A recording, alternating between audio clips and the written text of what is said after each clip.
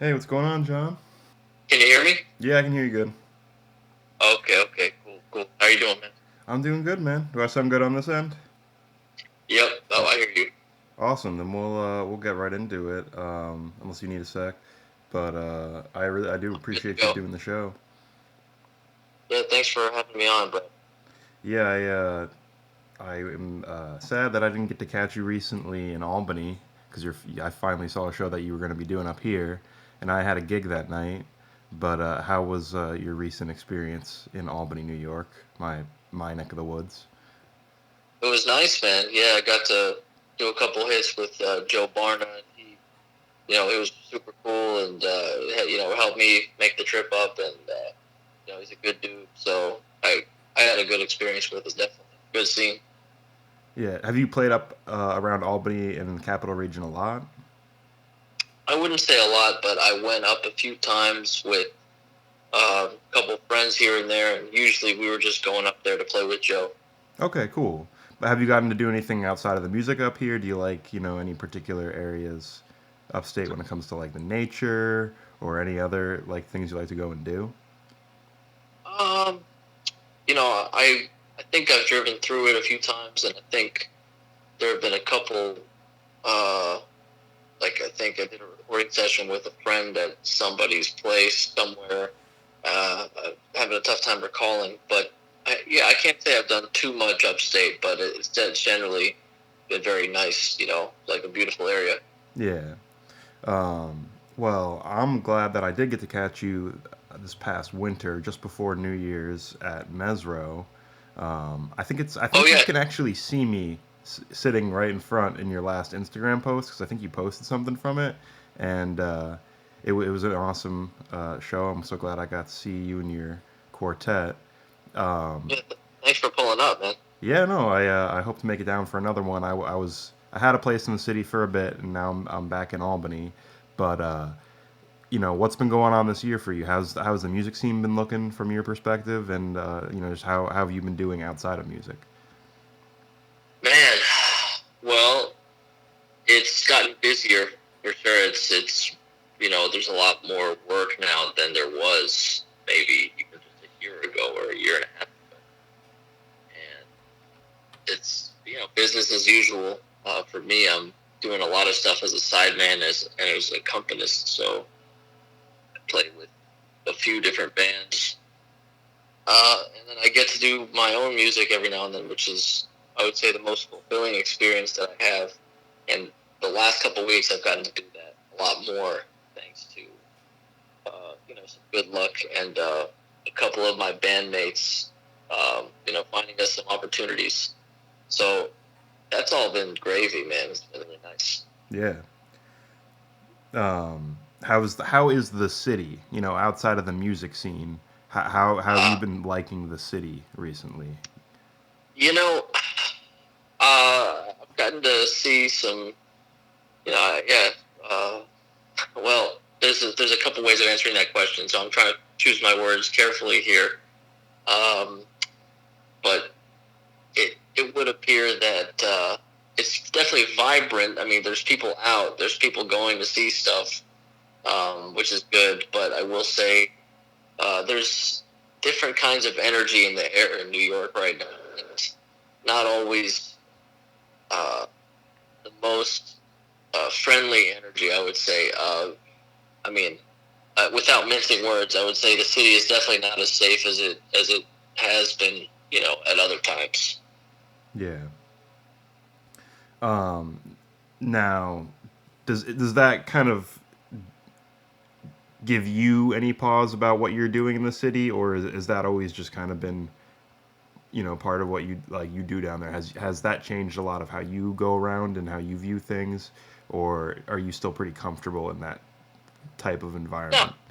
it hasn't changed much, man. I still take the subway everywhere, and you learn how to just avoid situations. But I guess the only thing about it is you just have to stay aware of what's going on around you. But as far as the music scene, it hasn't really changed anything. Okay. Still going to stuff, still excited to play, and make some stuff happen with people and try to push stuff forward. So Yeah. Now, when you say the music scene, do you mainly concern yourself with like improvised music and uh, I guess like new people's new music that they're composing, and I see you at Mesro and Smalls a lot. Like, is that what your focus is mainly, or are there like other areas that I might not even realize that you're very like active?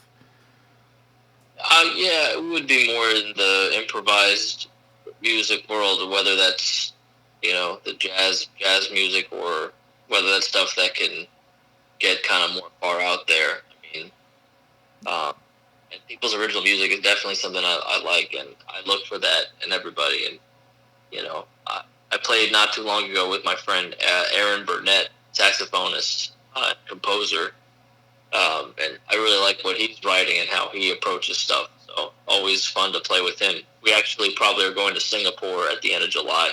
Oh, awesome. With his group. Yeah. Yes, his band, the Big Machine.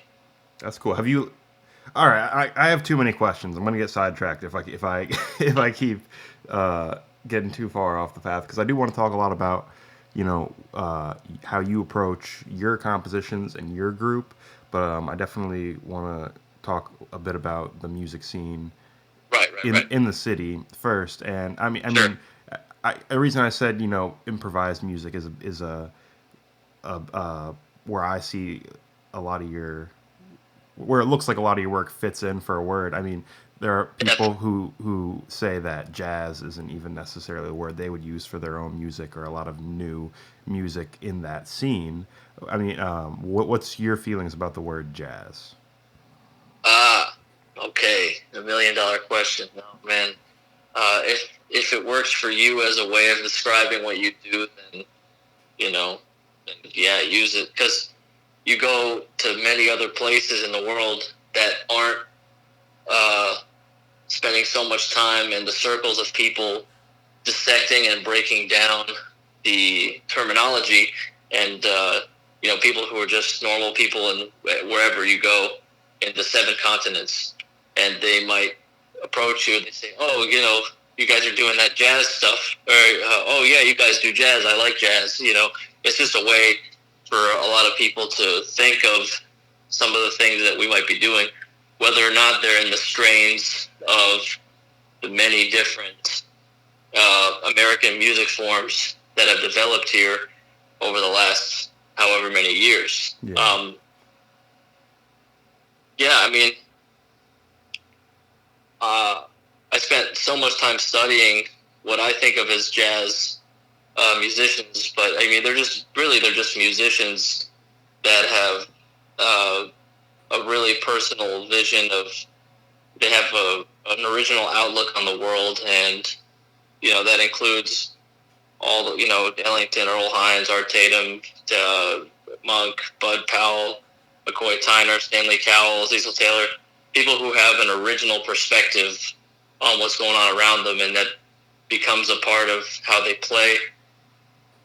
So, call it whatever you want to call it, man. But I would say that I am definitely a jazz musician, and I'm also influenced by many other kinds of music. I played a lot of what people call classical music, which that's just stuff that people write down. But there's a canon, there's a history to it. So Yeah, like that's another term where it's like, yeah, you can people know what you mean when you say that, but you can't really accurately describe like one person's music with just the term classical or just the term yeah, jazz.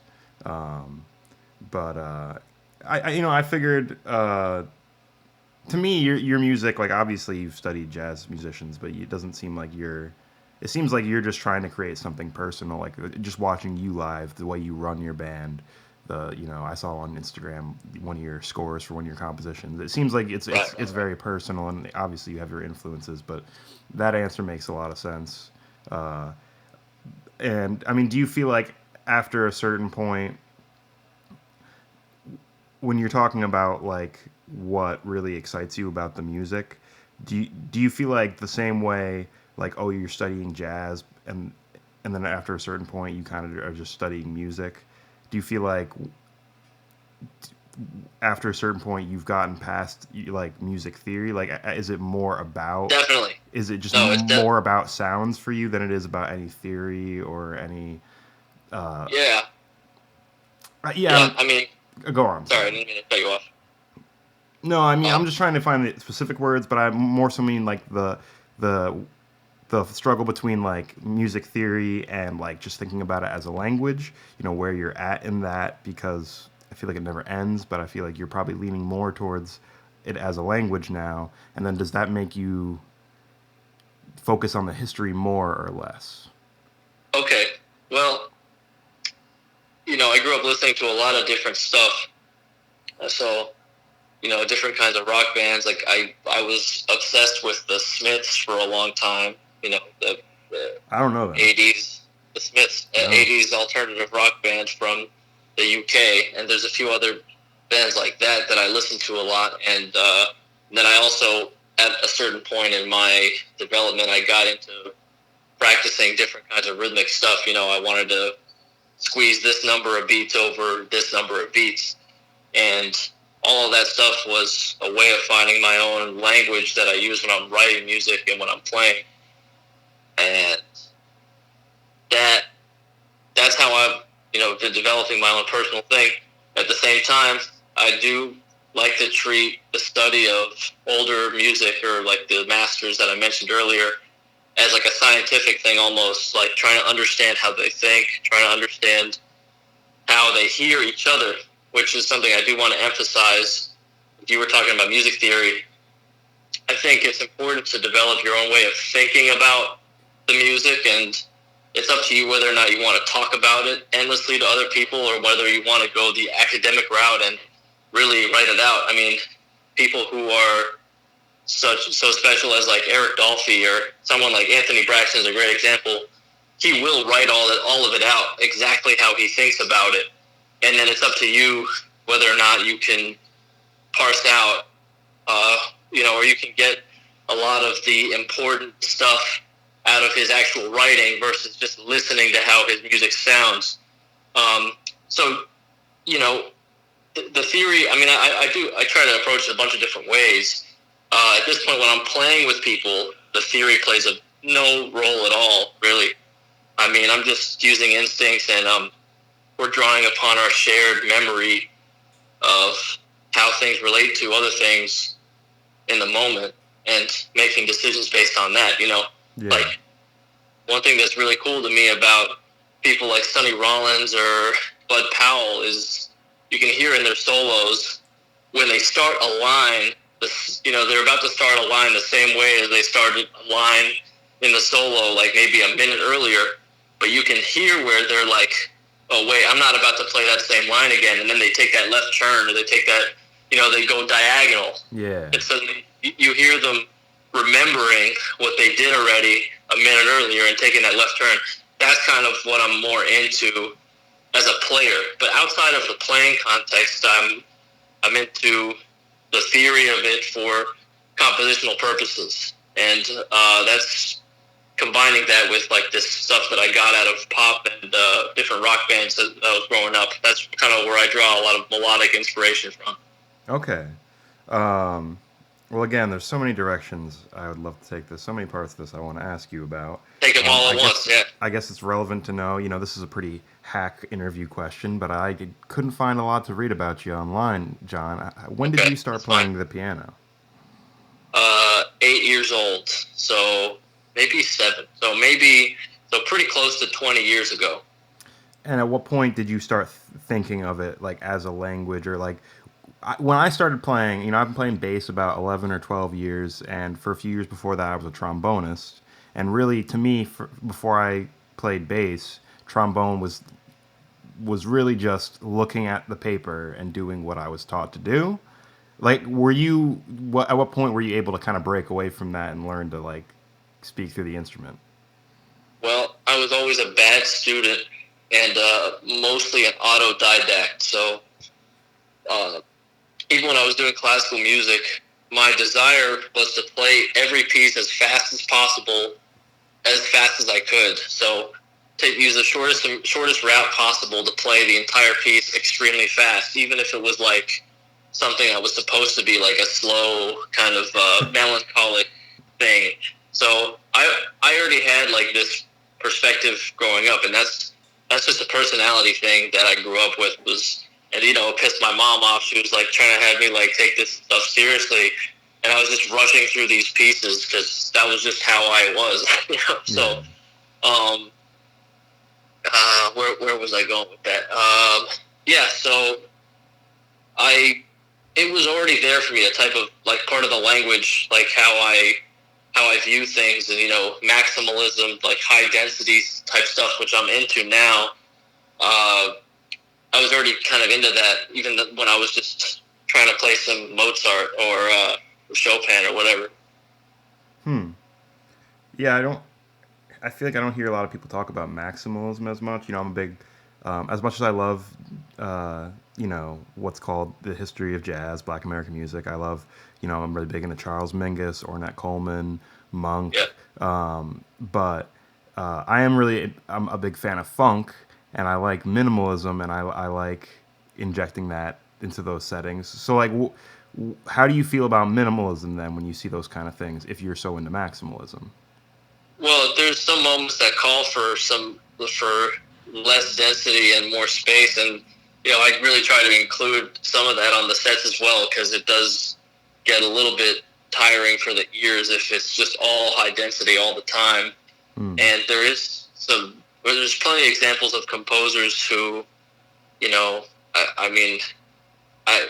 any new music people listening to the interview would just like, if I just rattle off a bunch of names, those guys that are, what's his name, James Tenney or Lamont Young, or good guys like, that explore, or everybody's like, kind of like go-to call-out name for, like Morton Feldman, who's an incredible, like all-time genius composer. I like all that stuff too. Okay. It's just never been the first thing that kind of came to me as a listener and composer. Like, but I do enjoy some quieter and like lighter things for sure. Yeah, or I mean, not even necessarily quiet or lighter. Like, it's just I don't feel like we're opposites in the way we like what we like. If like I said, if you like maximalism, obviously that's not all you like. But when I say I like minimalism, I really like, say, when the like I like a really simple bass line, like that's like really repetitive, like in the pocket. But I guess that would make sense as the bassist, right? Because that's kind of my job. And then you're the melodic piano player. Like when you're playing parts as a sideman, when you're thinking, when you're playing like choruses through a song and you're playing the same stuff over and over again, do you like to always like try to add more and go further and further out? Absolutely. Well, like, would you also just sit back and play like the same rhythm part over and over again in a song in that setting? Well, I've gotten fired from a few gigs because I can't stick with the inside, with like the basic thing for a long time. That's just not really in my DNA. I'm always changing and mutating things, and I think I'm capable of keeping things in a certain place, but I just really don't want to. So okay. I've made the decision to try to just keep creating and pushing things outside, and for better or for worse, that's put me in situations now as a sideman where, for the most part, I'm playing with people who are totally okay with my musical vision underneath what they're doing, and are okay with how far out I'll take the harmony here and there, or if I'm soloing, like, they don't care how dense it gets. They're totally cool with that. Yeah. So it kind of worked out. But what do you want from your sidemen? Do you just like focus and instincts, and just listening to what's going on, and my sidemen are fucking amazing, man. My band is like Matt Noble, James Robbins, Kayvon Gordon. They're really dedicated and hardworking people, and I'm okay with some maximalism from them. James Robbins, great bass player, one of my really close friends. Yeah, he's amazing, man. he definitely plays a whole lot of bass. That's just who he is, and I appreciate that. And he's also a very supportive player. He also writes his own music. To interview James is a cool dude, but he is such a supportive guy, and learned so much of the music, and so have the other guys, and can't really ask for much more than that. I want people who can rehearse. They definitely are those people. Yeah. That's important. Yeah. So when you're booking your gigs,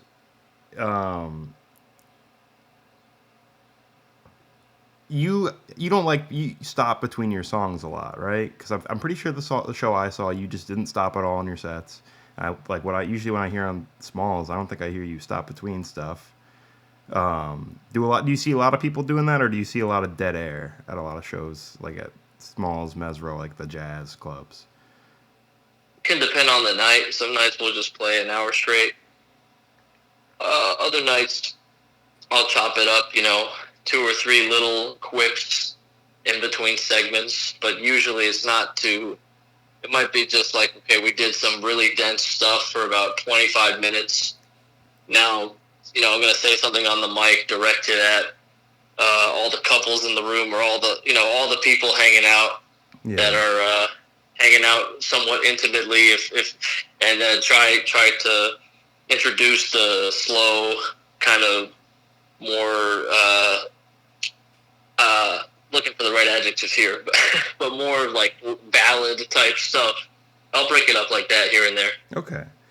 Like, who's an example of someone you see who completely outside of like the music that happens in the show creates, like, you think, like the best smooth experience for the audience, where they're following the band where the band goes, and any like breaks, they're controlling the dynamic of the room perfectly? Like, what do you think makes a good band leader in those ways? Yeah, I mean, it's all up to taste, man. I'm trying to think right now. I mean, who have I seen? I guess, like, part of what made me think to ask you is when I saw you live, I felt like, your compositions. Like I said, I saw one of the scores of your pieces, and obviously it's very complicated. But sometimes the way you would like segue into what I thought was 2 different songs, or I couldn't tell was improv. Like, sometimes I couldn't tell how you were like putting it together, and it almost seems like you've got like a little bit different of approach. Like, obviously you're doing stuff way ahead of people who are just putting gigs together, like send the charts out, calling the tunes, like mercenary jazz. Like, yeah, I guess I'm trying to get more inside of like how you lead your group, and like what you feel like is what like sets the right mood for your songs, because it feels like you're doing something a little more, like I said, more original than a lot of the like people who are still kind of just getting used to the nature of playing standards. You know what I mean? Sure. So one of the things that my band explores is multi-composition execution.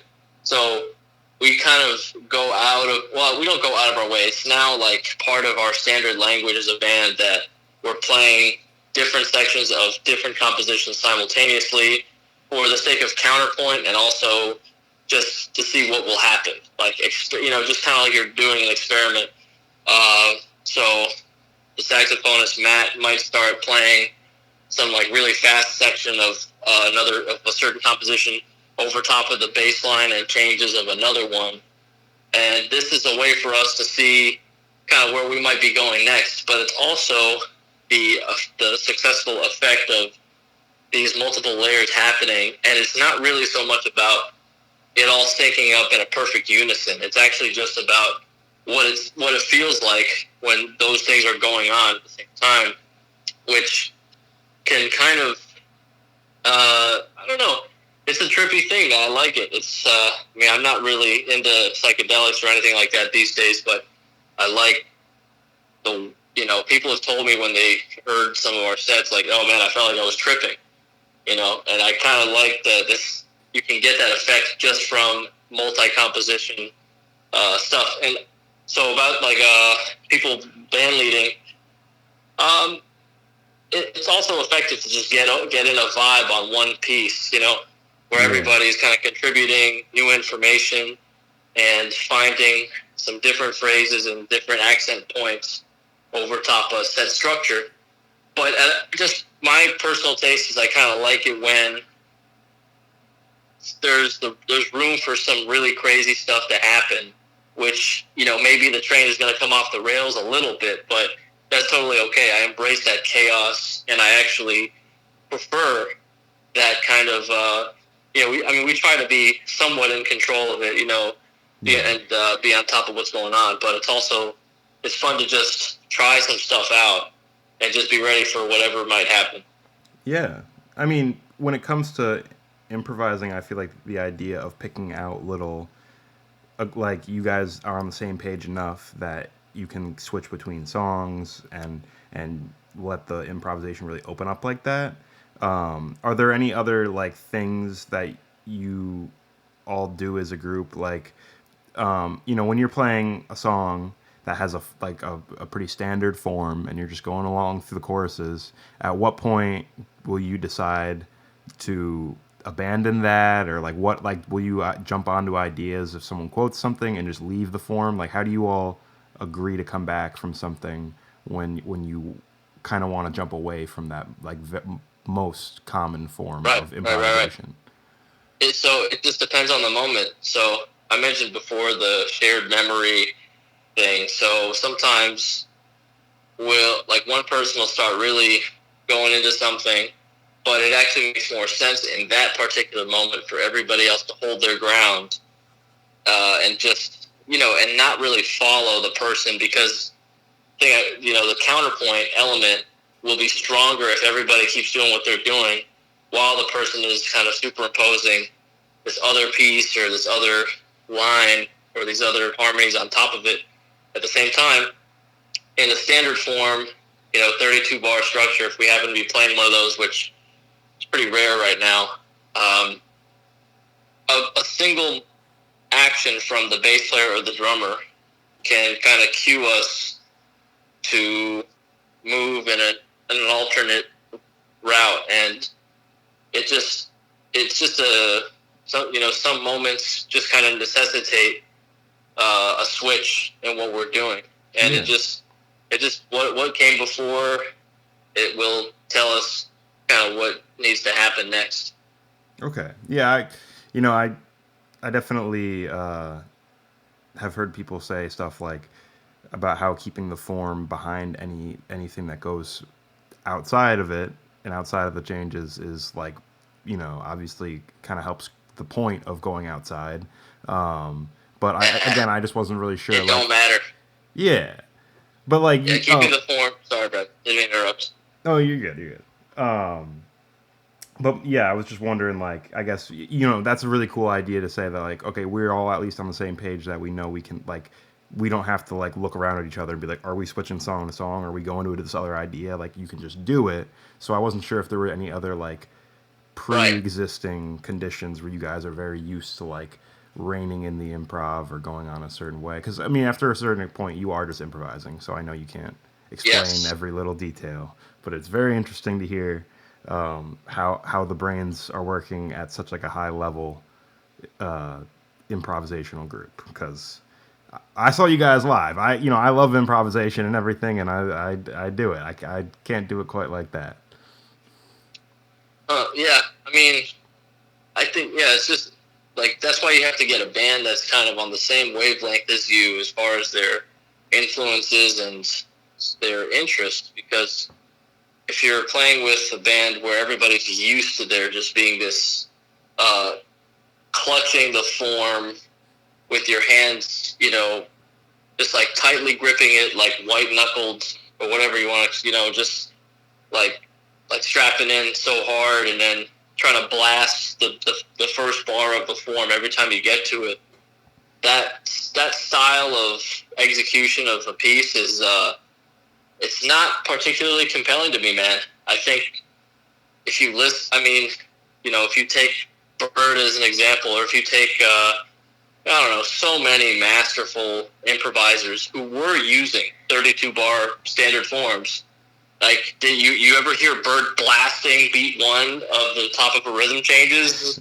I mean, like, whoever, there's like this whole thing about the ebb and flow of the phrasing that makes the music so great. And as an ensemble, we are trying to, at the very least, have this kind of variation and ups and downs, peaks and valleys of the phrasing. So some of the decisions that we make are just based off of that, like trying to change it up, trying to get at something. And then there are some pieces in our band's repertoire where we do kind of like, we keep to the form, or the bass and drums might keep to this like really complicated structure while everybody's floating on top of it. Or one person's keeping the structure and everybody else is like moving around. Just depends on the piece and what came before it. Yeah. What are some like common frustrations you have on the bandstand with the way people approach these things? Like, are there things you think people kind of hold on to from music school too much that kind of get in the way? Oh man, now we're getting to it. now we're getting to the real meat of the interview, bro. Oh man, I'm ready to throw shade, but you live down there, so you say whatever say whatever you gotta say, man. God. Oh man, people are gonna have to get these rants in person for me because I don't. No, okay, I'll say this. No, I'm not trying to get any hot takes. It's okay. Well, you're gonna get them. but I respect your opinion, so have at it. Oh man. Yeah, so as far as playing tunes, because let's face it, the majority of the people on the scene are getting together and they're playing some shared repertoire, which is actually, that's really important. That you can meet a guy from I don't know, the south of France, or you can meet a guy from Beijing, or you can meet a guy from wherever, and they probably can play some Green Dolphin Street or something like that, and you guys can get together and make something happen as a unit. So that's the really good thing about the shared repertoire. But I will say, as far as the scene here, I like it when everybody's kind of trying to phrase together. The great saxophonist Abe Burton, told me that one time, like a few years ago, where it kind of blew my mind. So I hope he doesn't mind me candidly sharing some of his advice, because it really helped me a lot. But he basically asked me about transcribing, and he said, what do you think transcription is? And I said, it's when you can play along to a record perfectly and play note for note with the guy, like exactly what he's doing, and get the dynamics and get the phrasing and the articulation perfectly. And then he said, no, transcribing is understanding why people do what they do, understanding why these musicians make the decisions that they make. And so that got me thinking, okay, so now when I'm listening, I'm hearing so much more of these little things happening in the music that, the decisions that people are making, their ideas, having so much more to do with each other's contributions than they are simply one's individual voice just kind of constructing these endless lines that are, happening in their own orbit and happening in a vacuum. And so on the scene now, I guess I see some stuff where there is not really as much of that.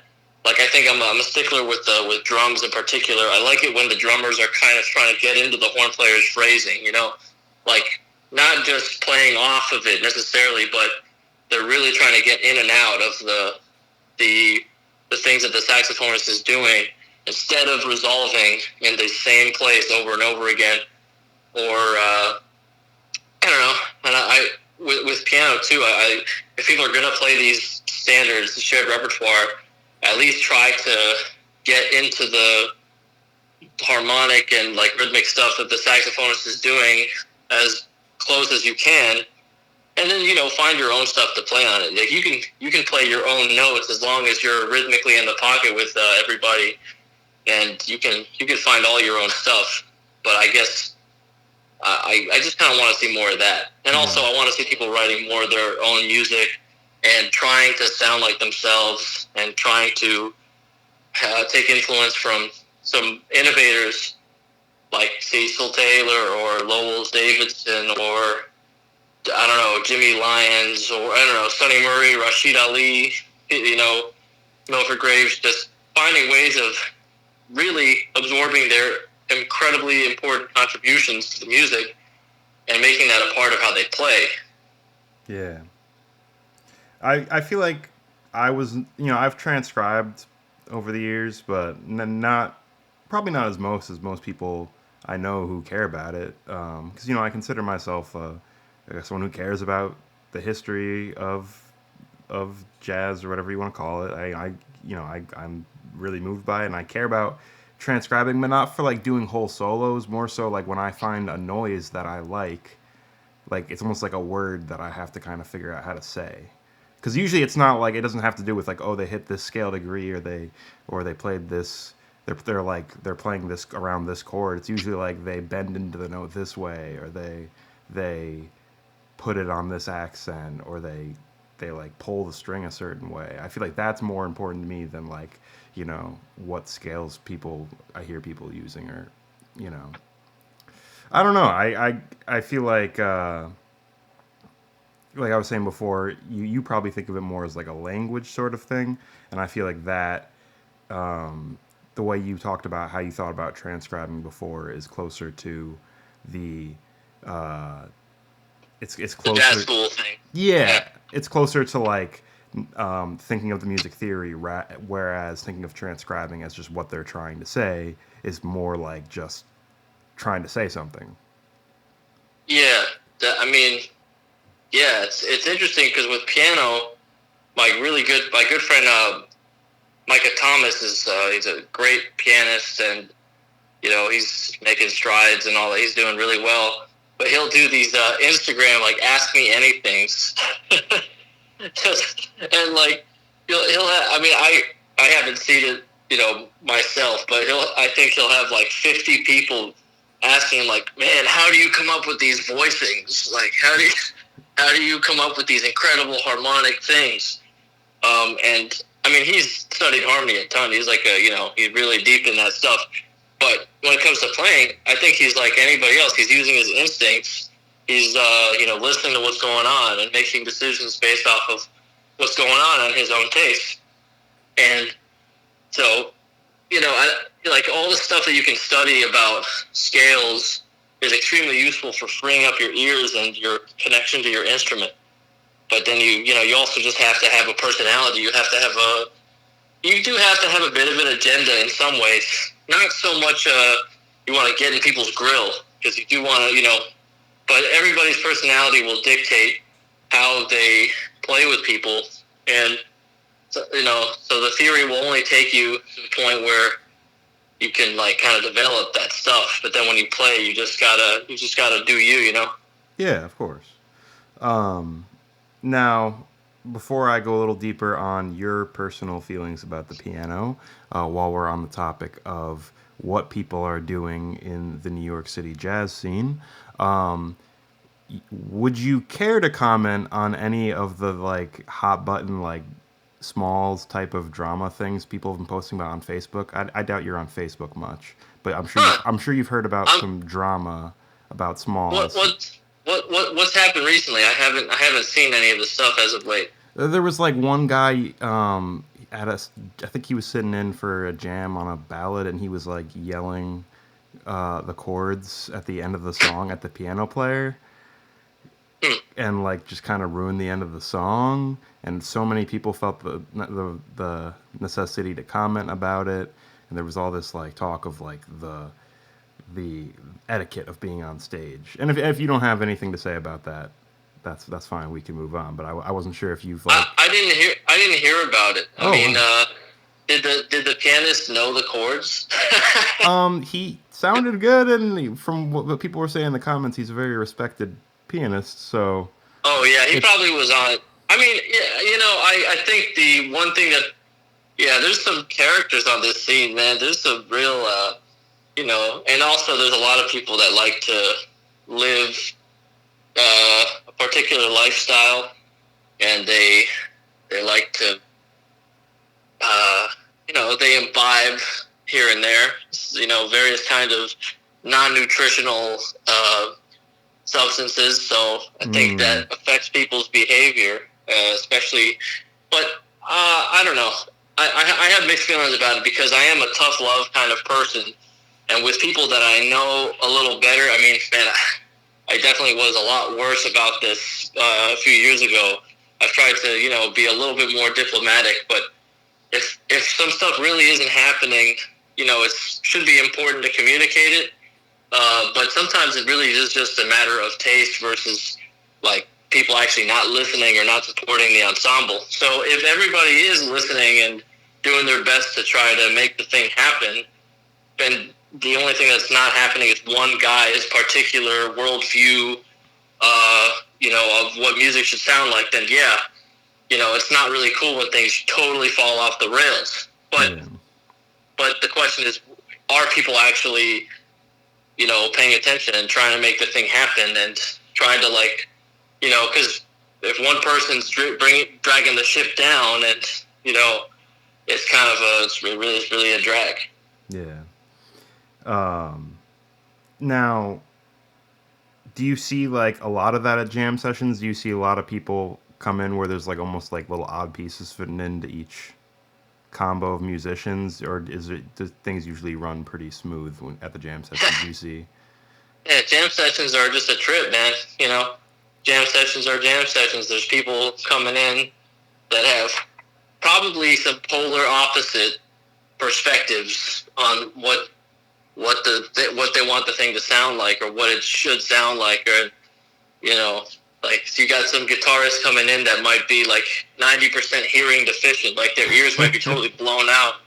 Their ears might be completely blown out, so they don't even know that the amp is cranked to 11. They're just like, oh, that's how I can hear myself. Yeah. And there's this whole thing about like, oh yeah, pianists and guitarists can't comp together. You got to lay out. That's like, that's one of those things that hopefully we people kind of figured that out a little more, because the reality is, if you're just paying attention to what each other is doing, you pay attention to what the horn player is doing, then you guys should be kind of on the same wavelength. You can totally play together. It's not like a taboo. It doesn't really make sense that it's like that. But at the same time, I've been known to.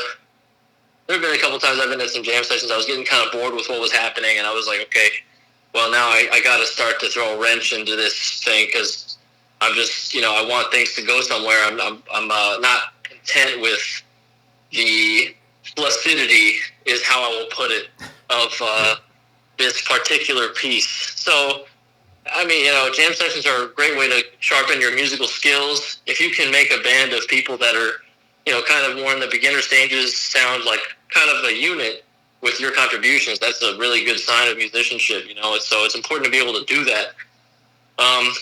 But there's that line where if everybody kind of knows what they're doing and the ship is kind of sinking just because of nobody really putting any momentum or any attitude into the music, that's kind of a whole other problem. And that's something that, if you're playing with a band that's doing that in a jam session, it's really kind of soul crushing, and there's only so much you can do. If you're a bass player, you just try to really make those quarter notes huge and or if you're a drummer, you can just try to really make that ride cymbal dance despite what else is going on. Or, you can try a lot of different things. Because sometimes you're not going to be able to save everybody. Yeah. What's the craziest thing you've seen at the jam outside of the music? Outside of the music, people's behavior? Yeah. I mean, within reason, obviously, again, whatever you feel like saying. Yeah, well, I don't know, people yelling at each other, people calling each other out rightfully for being too sloppy, and both disrespecting themselves and everybody around them.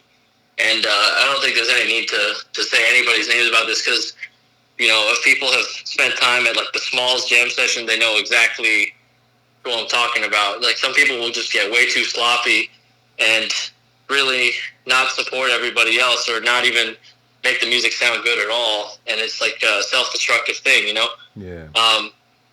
I've seen some stuff. I mean, you'll see some people yelling at each other. You know, you'll see some drunk people yelling.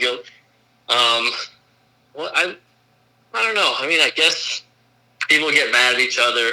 I will just quote like a short story, or I'll mention a story when I was running a jam session at Smalls a few years ago, and I was very particular about who I let play drums because my view on it at the time was if the drummer starts kind of dragging the shit down, then, you know, this whole vibe of the session is going to drag everything down, you know. So I only let drummers play that I kind of trusted to have like a good vibe and kind of make everything light and, you know, have the spirit. And light isn't the word, just support everything. And at one time, this kid pulled up and I got another drummer to play the next song. There were like 8 drummers, and the kid got really mad at me, you know, and he basically told me, "Come outside right now."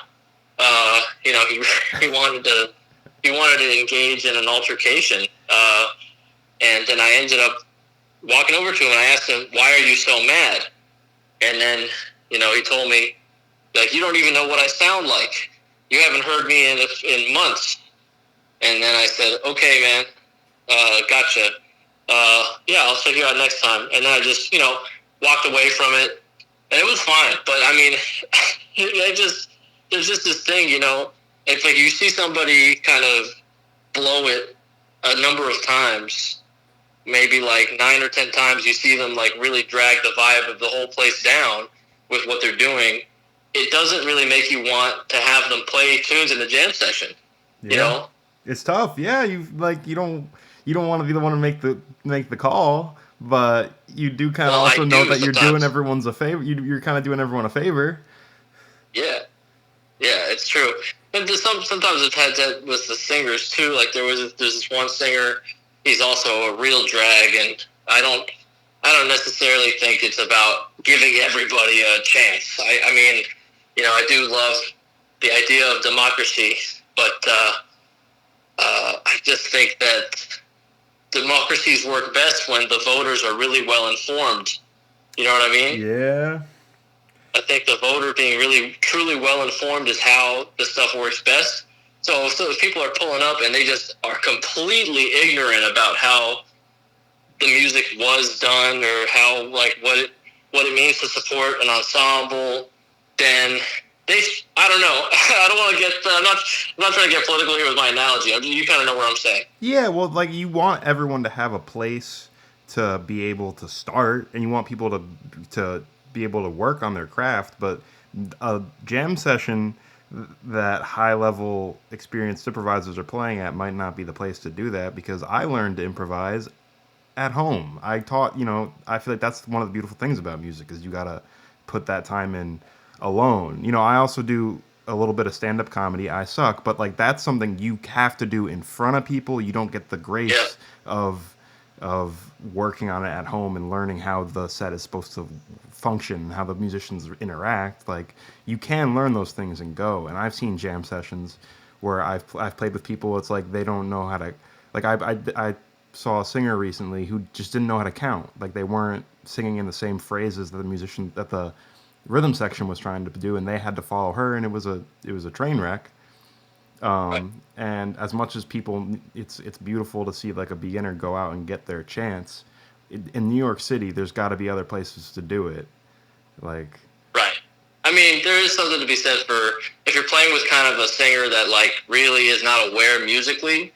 It is fun as a pianist, and I've had to do this a lot. And I think we both know because we've shared some experiences, you know, on the bandstand. So there is this thing about supporting a singer who's kind of, you know, just kind of going with them wherever they are. If they come in like, you know, 3 bars into the last day on the top of the, you know, they start singing the top of the form. Why not? That's where it is. Yeah. Because you're doing your job. You know, that's like what we're there to do. And then there's other times when a singer might be, you know, whether or not they actually know where it is, or if they're like, you know, if they're back phrasing hard like Betty Carter or Carmen McRae, or they actually don't know where it is, it's fun to try to like lay it down as it is, 8-bar sections, but actually to delay or anticipate the harmony based on where they put the lyric, but like harmonic rhythm based on where they put that next melody note. So that's very important to be able to do, and you can practice that at those jam sessions, depending on if it's like a complete train wreck of a singer or if it's somebody that just like kind of is a little unaware. I would say more the former in the experience I was talking about, but I do feel what you're talking about. I've definitely played gigs with vocalists, but I wouldn't say most of my like combo gigs have been with vocalists. So, as a piano player, I imagine you're a much better accompanist than me. But that whole, I guess, like art of following the singer and making the singer right is fun, but not my forte. It's a shed for sure. Yeah. Now I think I got about 10 more minutes before I should wrap this up, but let me know if I'm keeping you too long. No, I'm good. I'm good. Cool. I guess a few more things I wanted to just get your kind of dig into your mind a bit about the piano. Just like in the most general sense, like what do you like about the piano? It's got a lot of notes. I mean, it's a bunch of hammers hitting some strings. It's very satisfying. And even though the piano has like this tempered tuning thing, we're used to that, so we can play in these 12 keys. There's a lot of really interesting stuff that can happen when you're creating, you're putting some variation in how fast you're playing or how you're articulating and how you actually strike the note that can kind of warp this like 12 tempered pitch thing. And it's kind of nice sometimes when I'm playing a gig and I run into an upright piano that's really out of tune or has some bust keys and has like all kinds of crazy overtones clashing against each other, So the piano, it's kind of a blessing and a curse that you can't bend pitches like a guitar or a trombone, but at the same time, it's kind of great that I can treat it like a drum set. I mean, I always was into like the drums from, being when I was a kid. Yeah. And I can really treat the piano like a drum set and kind of go crazy with it. That's really fun. Beyond your own your own relationship with piano, like the way just piano is in culture and how it is in different genres of music. You said it's a blessing and a curse, and you gave a little bit of an example of a curse. But is there anything that really bugs you about piano? Any like songs on piano? Any like portrayals of piano players that really bug you? Portrayals of piano players. Yeah, I would say that distillations of masterful musicians that become kind of like standardized language on the piano. That stuff kind of bugs me. I will say that I have like the utmost respect for Kenny Kirkland and what he contributed and those bands. I would say that the distillations of Kenny Kirkland's playing and just kind of like there's just like different ways of doing stuff is at the end of the day, it's a matter of taste, but you can do so much with the piano. You can find so many different sounds and textures, but then, and I like to use it percussively, as I just said, but then there's just like a kind of faking it that you can do when you're trying to play that kind of hard, like 1980s, high octane, fusion-y style, that kind of does a disservice to the beauty of the instrument and, the range of sounds you can get out of it. Yeah. What's like an example of one of your happiest memories you've had related to a piano? Or just playing piano?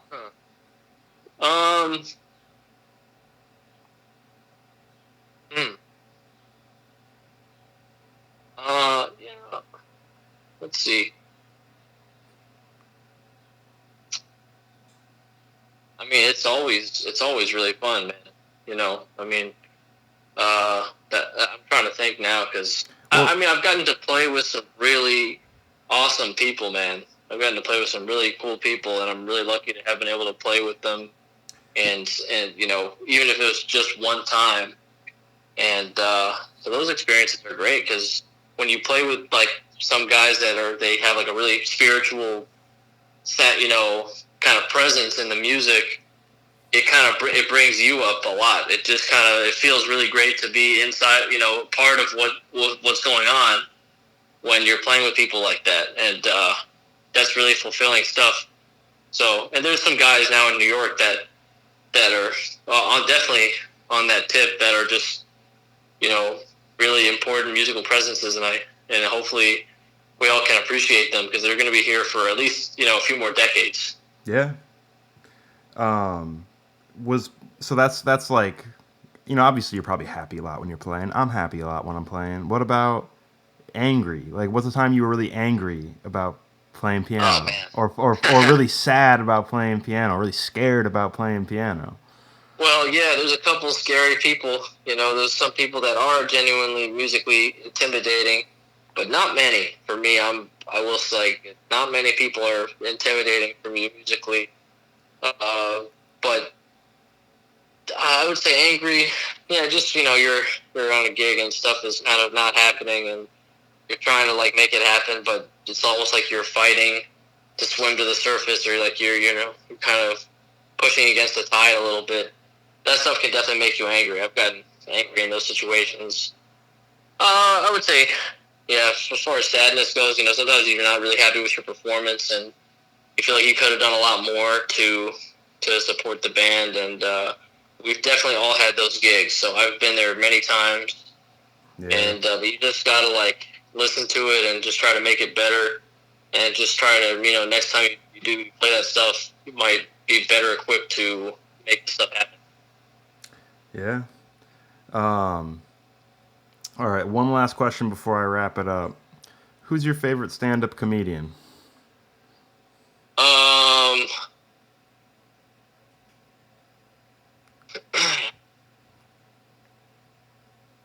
Or just what's something funny, like a movie, or like anything comedy that like influences you?